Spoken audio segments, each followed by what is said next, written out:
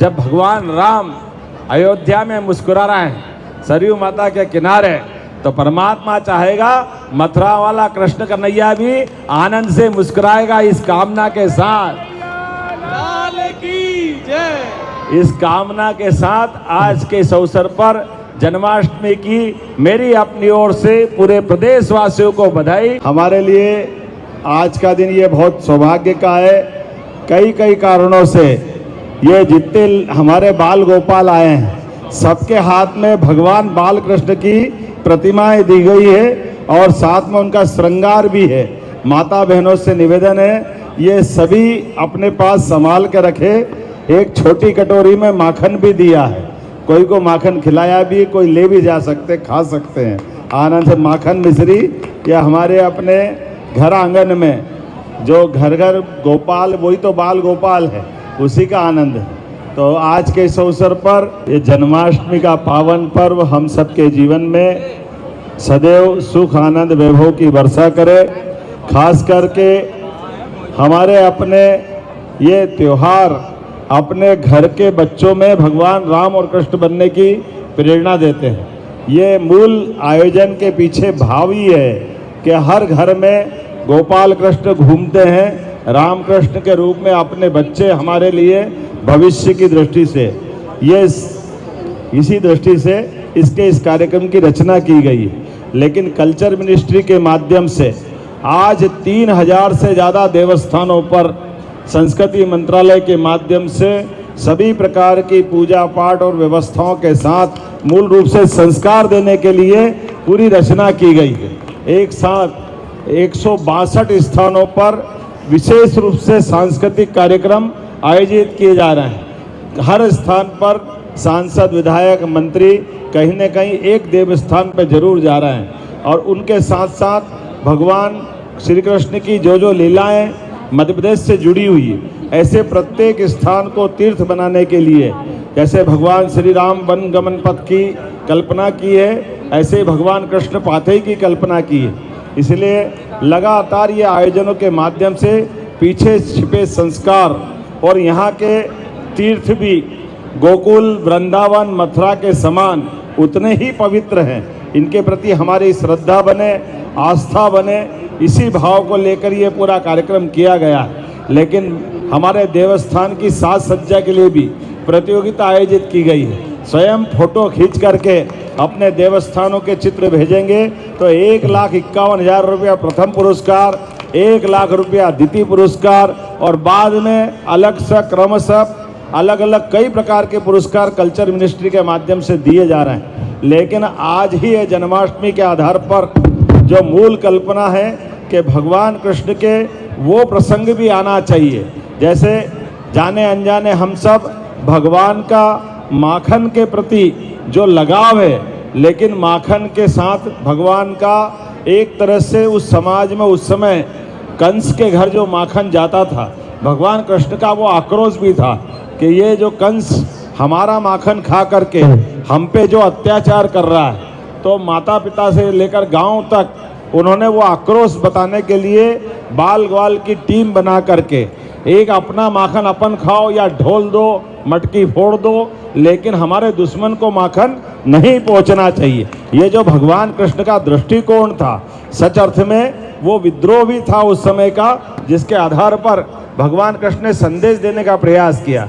जाने अनजाने हम भगवान के उस विद्रोह को पता नहीं क्या कहने लग जाते हैं। अब शब्द वो बोलना भी बड़ा खराब लगता है। क्या हमारे लिए भगवान की वो लीलाएं, जिस लीलाओं के माध्यम से एक तरफ भगवान कंस के मारने के बाद स्वयं कुर्सी नहीं लेते हैं, तो ये एक तरह से लोकतंत्र की वो लड़ाई है जिसमें वो प्रजातंत्र बचाते हैं। जो जहाँ जिसका हकदार है उसको सिंहासन दिलाते हैं। दूसरी तरफ कौरव पांडव के इतने बड़े युद्ध में भी हम सब जानते भगवान कृष्ण की बराबरी का कोई नहीं था, लेकिन ऐसे काल में भी वो स्वयं सत्ताधीश नहीं हुए। धर्म आधारित उस युद्ध में धर्म के साथ वो दिखाई दिए। और हमने सबने देखा जब द्वारका में भी द्वारका छोड़ने का निर्णय आया तो भगवान ने अपने पुत्र को सिंहासन पे नहीं बिठाया। ये कदम कदम पर भगवान के बहुत सारे लीलाओं के रहस्य भी है, समाज जाने समझे देखे और कोई कितना ही धनवान से धनवान के भगवान दरबार में भी गए तो मोर मुकुट सिर पे लगा करके सदैव गांव की संस्कृति को सिर माथे लगाने का जो उनने संदेश दिया है, इसलिए उनको एक नाम ये भी बोला जाता है, मोर मुकुट बंसी वाले की जय। कितने प्रकार से भगवान की प्रतिमाएं उनकी पहचान बनाती है। हमारे लिए कृषि आधारित देश में गोपालन के बिना पूरा नहीं हो सकता है, इसलिए गौ माताओं को सदैव अपने साथ रखते हुए जीवन भर गोपाल कोई कहे तो उसका आनंद ही वो अलग लेते थे। जो गाय पाले वो गोपाल, और जो कृष्ण के मार्ग पे चले और गोपाल भी है, इसीलिए वो घर घर गोपाल कृष्ण की कल्पना करते हैं। हमारी सरकार के माध्यम से भी कृषि को भी बढ़ावा देते हुए, गोपालन को भी बढ़ावा देते हुए, और ये कई सारे रहस्य मानव रूप में, जैसे शिक्षा का क्या महत्व है, भगवान कृष्ण ने कंस को मारने के बाद शिक्षा को प्राधान्यता दी, तो ये शिक्षा का महत्व आज भी समसामयिक है। हम कितने बड़े काम कर लें लेकिन शिक्षा नहीं भूलें, इसलिए शिक्षा से संबंध जोड़ते हुए सांदीपनी आश्रम पे हमारी सरकार कई काम करा रही। मित्रता के दौर में आज के इस अवसर में गरीब अमीर की दोस्ती भगवान कृष्ण और सुदामा की दोस्ती की याद दिलाती है, और गरीब मित्र भी हो तो उसकी आंख नीची नहीं हो, इसलिए भगवान कृष्ण ने सुदामा की मदद जरूर की है, लेकिन पीठ पीछे की, हाथ में कुछ रख के नहीं दी। तो आज के इस अवसर पर हमारे लिए जो सामाजिक समरसता का भाव है, उस सामाजिक समरसता के भी कई उदाहरण बाल ग्वाल गोपाल के साथ मिलकर के बड़े से बड़े युद्ध में भी हम, चाहे गोवर्धन पर्वत वाली घटना हो या कालिया नाग मर्दन वाली घटना हो, प्रत्येक जगह गोपाल कृष्ण की सामूहिकता के बड़े बड़े प्रमाण हम देखते हैं। आज के इस अवसर पर चूँकि भले ही सीएम हाउस हो, लेकिन सच्चे अर्थों में सरकार के द्वारा दिया गया इस भवन में आज जन्माष्टमी का जो आनंद आया, और जितने प्रकार से गोपाल घर घर से बन करके आए हैं, वास्तव में ऐसा लग रहा है कि हम में से यहीं कहीं कोई यशोदा माँ घूम रही है, यहीं कहीं नंद बाबा आशीर्वाद दे रहे हैं, और यहीं हमारे गोपाल कृष्ण सच्चे अर्थों में जन्माष्टमी मना रहे हैं। मेरी अपनी ओर से जन्माष्टमी के पावन पर्व मेरी अपनी ओर से और यहाँ उपस्थित सभी माननीय सांसद आलोक शर्मा जी, माननीय मंत्री कृष्णा गौर जी, माननीय मंत्री नरेंद्र शिवाजी पटेल जी,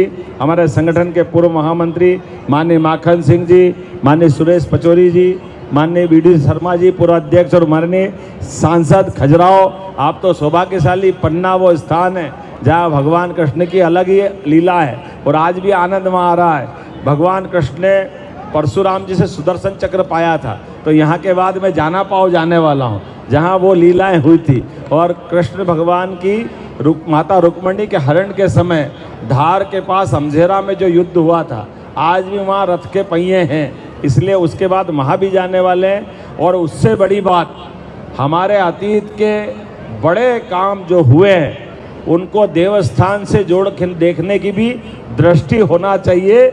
भगवान के उस लीला का अद्भुत प्रताप देखो। 1000 साल पहले जहां हमारा सोमनाथ का मंदिर टूटा था और मोहम्मद गजनवी यहां से धन दौलत, वहां के सोने चांदी के दरवाजे भी ले गया था। काल के प्रभाव में 1000 साल पहले कमज़ोर थे, कोई बात नहीं, लेकिन महादजी सिंधिया ने 250 साल पहले अफगानिस्तान के आगे वो कंधार से वो दरवाज़ा लेकर के आए वापस, जो सोमनाथ के मंदिर में लगा हुआ था। वो चांदी का पन्ना के श्रृंगार से सजा हुआ दरवाज़ा उज्जैन के गोपाल मंदिर पे लगा करके हमारी विजय का प्रतीक भी बनाया और सच्चे अर्थ में सनातन संस्कृति का बड़ा प्रतिमान बना है। तो इसलिए आज की जन्माष्टमी बड़े गोपाल मंदिर पे उज्जैन में मनाएंगे, जिसमें वो हमारा काल के इतिहास का विजय का एक प्रतीक चिन्ह भी दिखाई देता है।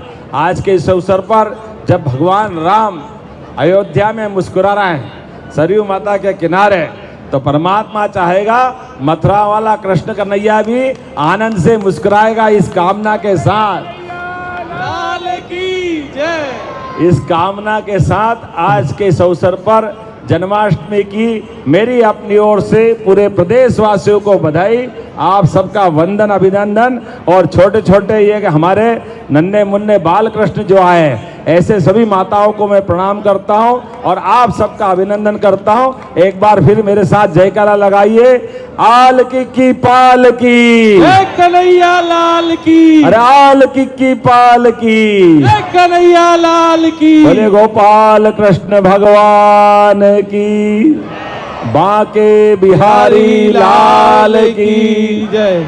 बहुत बहुत धन्यवाद। गोपाल कृष्ण भगवान की जय।